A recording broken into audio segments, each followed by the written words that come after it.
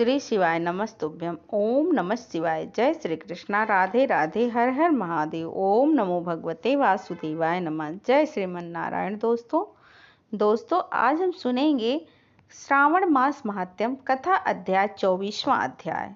श्रावण मास भगवान भोलेनाथ को अत्यंत प्रिय है।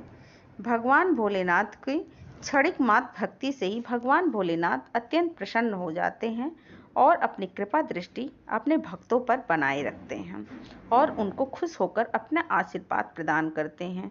तो आइए भगवान भोलेनाथ के प्रिय मास श्रावण मास महात्म्य का कथा का श्रवण करते हैं। तो प्रेम से बोलिए भगवान भोलेनाथ की जय हो, माता पार्वती की जय हो, सभी देवी देवताओं की जय हो।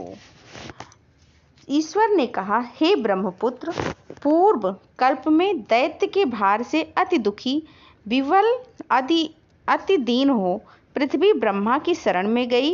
उसके मुख से कथा सुनकर देवगणों के सहित ब्रह्मा ने क्षीर सागर में बहुत स्तुति द्वारा हरि को प्रसन्न किया। ब्रह्मा के मुख से सब सुनकर दिशाओं में प्रादुर्भूत भगवान ने कहा, हे देवतागण, डरो मत, क्योंकि देवकी के उदर से वासुदेव द्वारा अवतार ग्रहण कर मैं पृथ्वी का कष्ट हटाऊंगा। आप देवतागण पृथ्वी पर जाकर यादव रूप से उत्पन्न हों।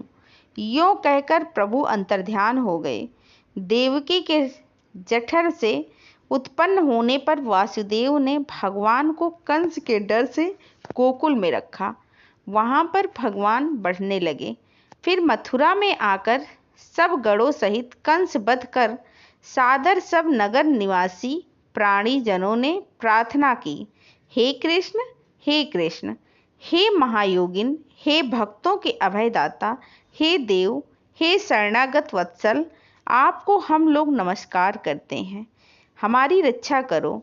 हे देव, हम आपसे कुछ प्रार्थना करना चाहते हैं, उसे आप सुनिए। हे देव, किसी को भी आपके जन्मदिन का ज्ञान नहीं हुआ। जान लेने पर सब लोग उस रोज वर्धापनोत्सव करेंगे। इस प्रकार उसमें उनकी भक्ति, श्रद्धा तथा अपने में आत्मीयता देखकर उन लोगों से केशव ने जन्म दिवस में होने वाले कार्य को कहा। उन्होंने श्रवण कर उसी विधान से व्रत किया। व्रत करने वाले को भगवान ने बहुत वर दिया। इसमें एक प्राचीन इतिहास कहते हैं, अंग देश में उत्पन्न मित्रजित नाम वाला राजा हुआ। उसके पुत्र महासेन नाम वाला हुआ। वह सत्य द्वारा जीतने वाला तथा सन्मार्गानुयायी था। वह सर्वज्ञ राजा सविधि प्रजा को प्रसन्न रखता हुआ रक्षा करता था। उस समय देव योग से पाखंडियों के साथ बहुत दिनों तक रहन सहन होने से उसके संसर्ग से राजा अधर्म में लग गया।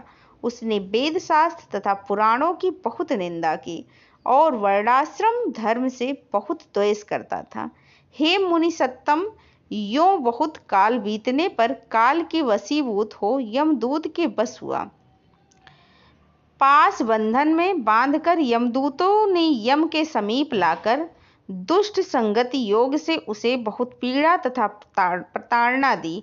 फिर नरक में गिरकर बहुत काल तक यातना दी। भोग कर अवशिष्ट पाप द्वारा वह पिशाच योनि में गया।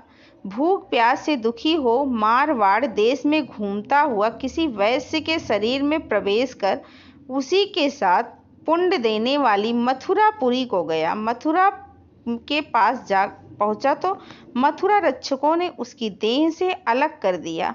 वह वन में तथा ऋषियों के आश्रम में घूमता हुआ कदाचित दैव योग से जन्म अष्टमी के दिन मुनियों तथा द्विजों द्वारा की जाने वाली महापूजा और नाम संकीर्तन आदि से रात भर जागता रहा। सविधि सब कामों को देखकर हरि कथा सुनी, जिससे उसे क्षण ही निष्पाप, पवित्र और स्वच्छ चित्त हो गया। उसी समय प्रेत शरीर छोड़कर विमान द्वारा विष्णु लोक को गया। यमदूत से तयक्त हो दिव्य भोग समन्वित हो गया। इस व्रत के प्रभाव से विष्णु के संदिग्ध में मुक्ति फल प्राप्त किया। इसी के साथ 24वां अध्याय समाप्त हुआ। जय श्री कृष्णा। राधे राधे। हर हर महादेव। ओम नमो भगवते वासुदेवाय नमः। जय श्रीमन नारायण। श्री शिवाय नमस्तुभ्यम। ओम नमः शिवाय। धन्यवाद।